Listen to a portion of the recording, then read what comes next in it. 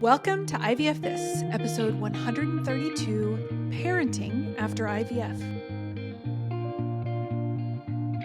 Hello, my beautiful friends. I hope you are all doing so well today. All right, trigger warning, just the same, right at the top of the episode. If you are not ready to hear this, if you're not ready to have that conversation, if you're not quite there yet in the process, don't listen to this episode. It's totally fine. We've got 130 episodes in the bank that you can listen to. Go back, skip this week. I know you still love me. I still adore you. It's totally fine if this is not where you are or this is not something that you feel like would be beneficial for you to hear right now. That's okay. It's all right. Last week, we talked about pregnancy after IVF. And so this week, I want to talk about what parenting after IVF looks like. And for the sake of this episode, I'm going to stick kind of specifically to like that newborn kind of era, because that is usually when all hell has broken loose and your life is completely turned upside down by this little person. And so that's what I'm going to talk mostly about. If you guys want me to do a podcast where I talk about my approaches to gentle parenting, or what I consider conscious parenting, or intentional parenting, there's a lot of different words for it. I'm happy to do that. You just let me know if that's something of interest for you. But for right now, we're going to talk about kind of the immediate aftermath, those first few months after giving birth. So similar to last week, I have a few areas. I've got 5 things that I really want you guys to take home, to take to heart, to really think about. Because if you thought the emotional and social pressure of getting pregnant and being pregnant, we're in a whole new ballgame when it comes to parenting, having that baby home with you after IVF. Okay. So just like last week, if you listened to last week, if not, I would encourage you, there's still great gems of information, even if you are now in the postpartum era. But just like last week, the whole goal of this episode is for you to take some of the pressure off of yourself. And I'm going to share a really personal story from after giving birth with my first kiddo. That's actually one of the first things that I'm going to talk about. But this is a real thing that I have gone through. When I share concepts and when I tell you that this is something that I experienced or something that I went through or something that I thought about or did, I want you to believe me. Like these are genuinely things that I have thought about, worked through, made conscious efforts, created awareness, developed compassion.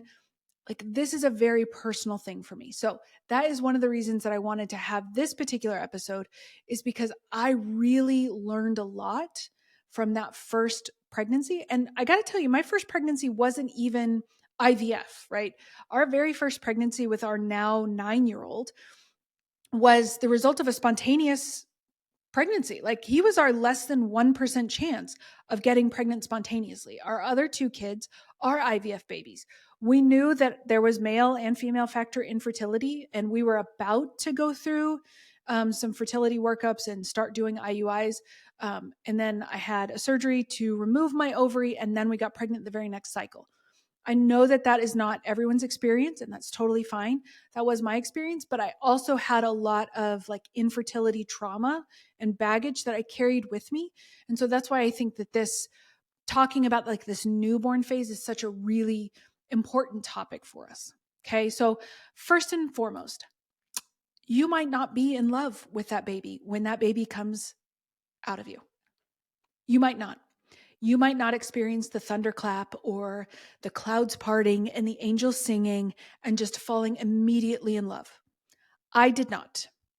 I did not. I was in labor for 19 hours, and my oldest, this beautiful little boy, was shaped very much like a Tootsie Pop. Long and skinny and a beautiful bulbous head. And he came out the tunnel exit. And so I was very uncomfortable. I was very tired. I was in a lot of pain through when we were in the hospital and then going home for several weeks. Actually, I had to have a couple of surgeries after he was born to repair some of the damage he did on his exit. So he kind of had a cone head, and he was kind of, yucky, and he did a lot of gook on him. I don't know how to describe it, but it was not a thunderclap moment for me. It just wasn't. And I made that mean so many awful things about myself. Like, you didn't even do you not even want to be a parent? What's wrong with you? This is how parenting should look. You worked so hard for this, right? I those are the things that I told myself. Oh, clearly I didn't want it bad enough. Clearly I wasn't worthy. And I remember it was the day after he was born. So he was born about 9 p.m. at night, and it was the day after. And my mom was up at the hospital with me. I think my husband had gone home to shower or something. He was not in the room. But I remember telling my mom, I think there's something wrong. Like, what the hell's wrong with me that I'm not just in love with this little person? And, you know, being a mom, she tried to comfort me. And then she said, you know what, Em, are you worried about his safety? Like, do you want him safe? I said, of course I do. Of course I want him safe. And she said, do you care that he's comfortable, that he's fed? I was like, oh, yes. Like, you're almost getting annoyed. I was almost getting annoyed with my mom. Like, yes, mom, of course I care if he's safe. And of course I care if he's hungry and fed and all of those things. And then she paused and she said, well, maybe that's what love looks like for you right now. Just that. And the rest will come. Because right now you're in pain, you're trying to heal, and your life has been turned upside down. And so maybe right now, that is what love looks like for you. And guys, when I tell you, that was an incredibly profound moment that I still think about, right? When my kids are acting like kids, I would say lunatics, but kids and lunatics are often synonymous. And I'm like, what, I don't even like these kids right now. But their safety is always important. Their safety is always paramount. And so in that moment, when I don't necessarily like my children, I know that I still love them because safety is the first thing that I think about, right? And so I want that for you. If you have these enormous expectations placed upon yourself or society, we're not even going to count what society tells us we should be thinking and feeling about becoming mothers or parents. But you can drop a lot of that by reminding yourself that everything is going to come. That love, that thunderclap moment, it certainly did come for me. It came for me a while later. I don't think that I really settled in until probably about 6 or 7 months. I did battle probably pretty significant postpartum depression. I don't think I admitted it to myself at the time that that's what it was happening, but I'm now 100% certain I had pretty severe postpartum depression for the first 18 months of his life. So it took me a while to really feel that love and feel that bond with him, but it was always guided by safety, right? Until everything else fell into place, I just focused on safety. And I'm going to talk about that again towards the end, but I wanted to share that story because I think it can really help people reframe what can be a really confusing time. The moment that baby is outside, you are going to feel a lot of emotions. You might even feel like a loneliness or a longing because they're no longer in your body. That's completely normal. I've had many people talk about that. You might feel relief that part is over, right? That doesn't mean that you don't appreciate being pregnant or that you didn't appreciate or cherish the fact that you were pregnant. It just means that you're relieved that part of your journey is over and that you get to start a new one, right? So take some of that pressure off of yourself by telling yourself that you should feel this way or that way. You're going to feel a range of emotions, I guarantee you, okay? Second one, just what I said, focus on survival. Drop the expectations to the floor. All the way to put them down even lower. You need to sleep and you need to eat, and so does that baby. Now, I am not one of those people who's like, sleep when the baby sleeps, because what, are you going to shower when the baby showers or, clean when the baby cleans? No, but rest and food and water are just as important now, more than ever, for you as they are for that baby, right? So if you have the means to hire a postpartum doula so that you have extra assistance, if you have family surrounding you, lean on friends, things like that. Please please do better than me. I was like an island. I had created myself as an island.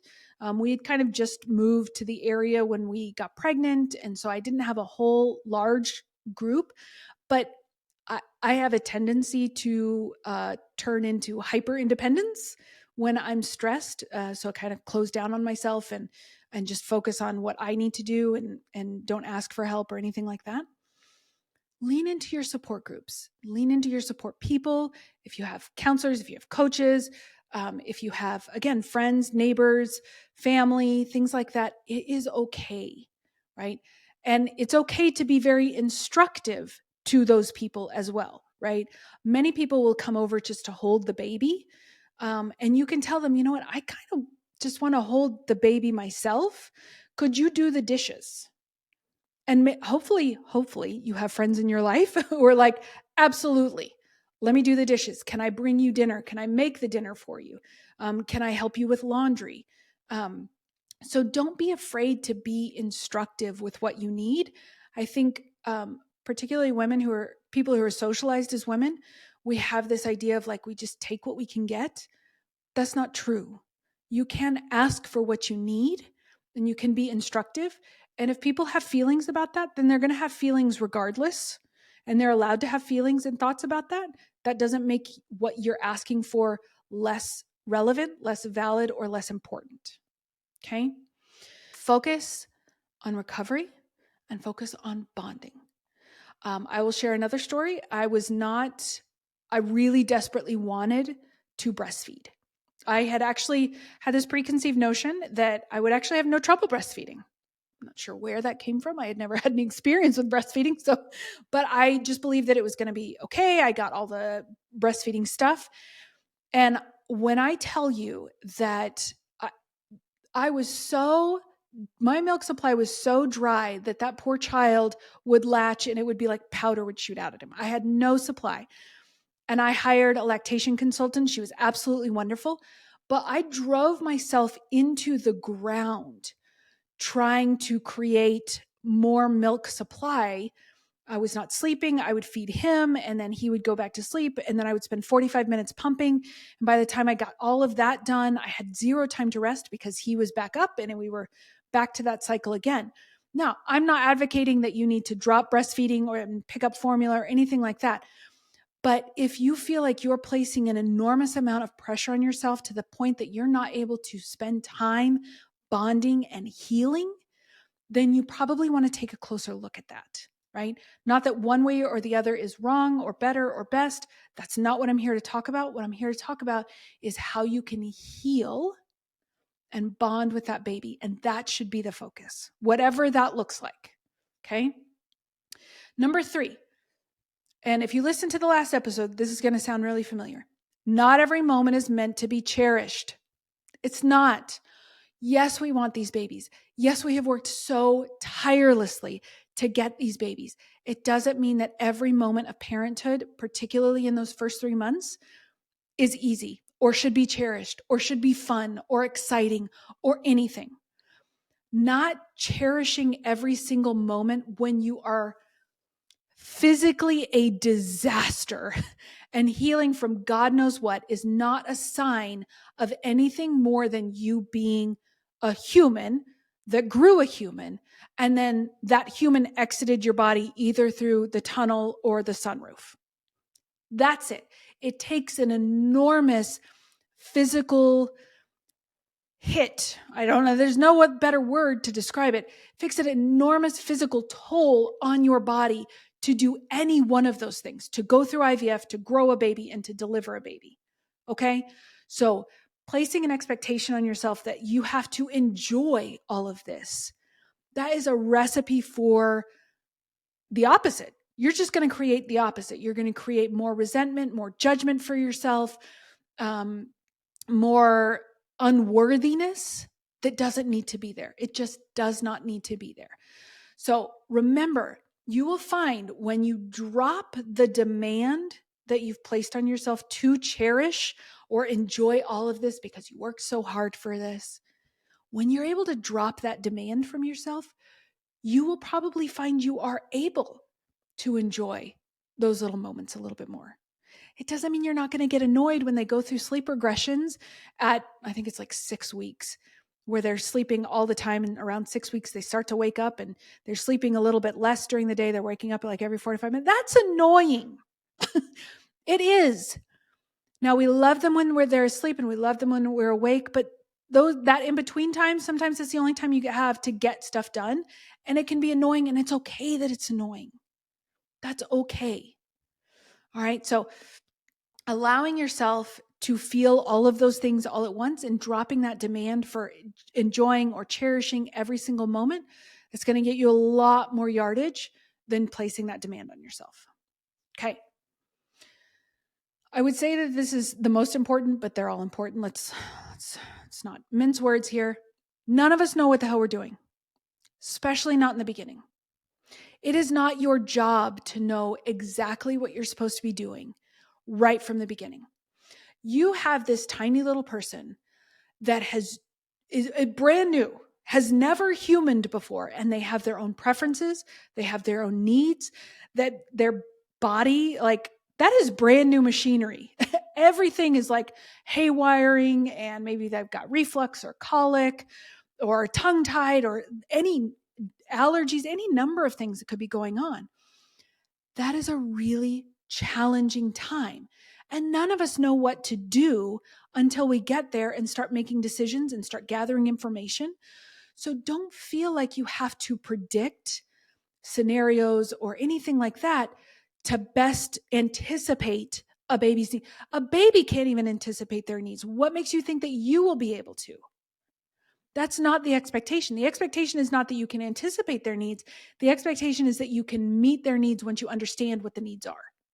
And understanding what their needs are is a trial and error like you've never experienced in your entire life.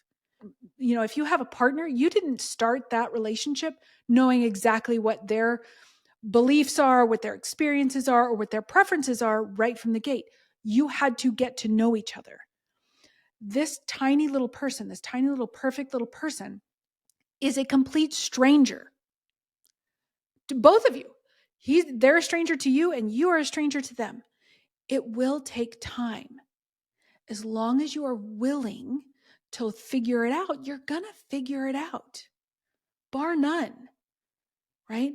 Placing pressure on yourself. And this comes up a lot. People telling me like, I should know what they need. No, not at the very beginning. What you should do is know that you can meet their needs. That's what we focus on, right? Not anticipating their needs, meeting their needs, right? And if that need includes going to the doctor, you know how to do that. You know how to make the appointments. You know how to listen to the doctor, follow their advice. You did it throughout the entire IVF process. That's not a skill that's going to change right now. Okay. The last thing I want to share is that you're going to do great. You have been training for this for a very long time. And if you're anything like me, you're going to fumble the bag a lot too. You're going to do amazing in certain situations and scenarios, and you're going to not your best work in some of the other situations and scenarios, because that's part of learning. That is part of figuring it out. It's not supposed to look one way or the other. It's supposed to look like all of it. Now, when I tell you that I have had some moments where I really questioned so many of my life choices, like my oldest, my dear, beautiful oldest, when he was mobile, I had set him on a bed and walked away. Of course, that baby fell and hit his head. He was okay. I was shaken completely. Like there are things that you're going to do. You're going to mess up. Focus on the repair. Just focus on the repair. When your kids get older, you're going to scream at them. When they're babies, you might even scream at them if you're anything like me. Like my youngest, she's now 18 months old. She had colic. She had bad colic. She also had a milk allergy, a dairy allergy. It was really challenging for her first few months. I don't know how many times I screamed, "Shut up." Not necessarily to her. Maybe I was in the different room, but yeah, because I needed that pressure release. And then if I felt like I was getting too angry or if I felt like I could get aggressive, I would put her down where she was safe and I would walk away. Okay? That's the most important thing. Safety is your priority. Okay? In our family, we have a call and response when like my kids are nervous about something or they're scared about something, or maybe they're not making like the best decision or the safest decision. I'll say, what is mom's number one job? And they respond, safety. If you can focus on safety, I guarantee you it's going to be a hell of a lot easier for you guys to be happier, for you guys to enjoy your experiences. Safety, emotionally and physically, is kind of like the holy grail of what you're looking for. It's not, I want my baby to be happy. We all want our babies to be happy. It's a hell of a lot easier to be happy when you're safe. It's a hell of a lot easier to grow and mature and develop when you're safe. So if your only expectation is, I know how to keep this kid safe to the best of your ability, that's what you focus on, okay? I want you to trust yourself. You're going to make good decisions. You're going to make some decisions that you were like, again, not my best work. I say that to myself a lot. But as long as those choices and those decisions are rooted in safety, you're going to be making a good choice, okay? This didn't happen by accident. You didn't become a parent by accident. IVF is one of, if not the most intentional things that we do, right? So you have been training. You went through like the Marines Hell Week, week after week after week, trying to create this little life that you now have in front of you, okay? It's going to be messy and it's going to be hard and it's going to be beautiful and it's going to be incredible and it's going to be a bunch of different things all at once. It is all consuming and it's amazing and it's hard and it's frustrating. It's all of these things. And as long as all of those things, if you're willing for all of those things to coexist at the same time, you're going to do great. I promise you. And if you need any help with that, just let me know. I'm here. All right. That is what I have for you, my friends. Have a beautiful day, and I will talk to you soon. Bye-bye. Thank you for listening to this week's episode of IVF This. If you like what you've heard, click subscribe and follow to make sure you don't miss an episode. And if you want to learn more, head over to www.ivfthiscoaching.com to learn how to work together.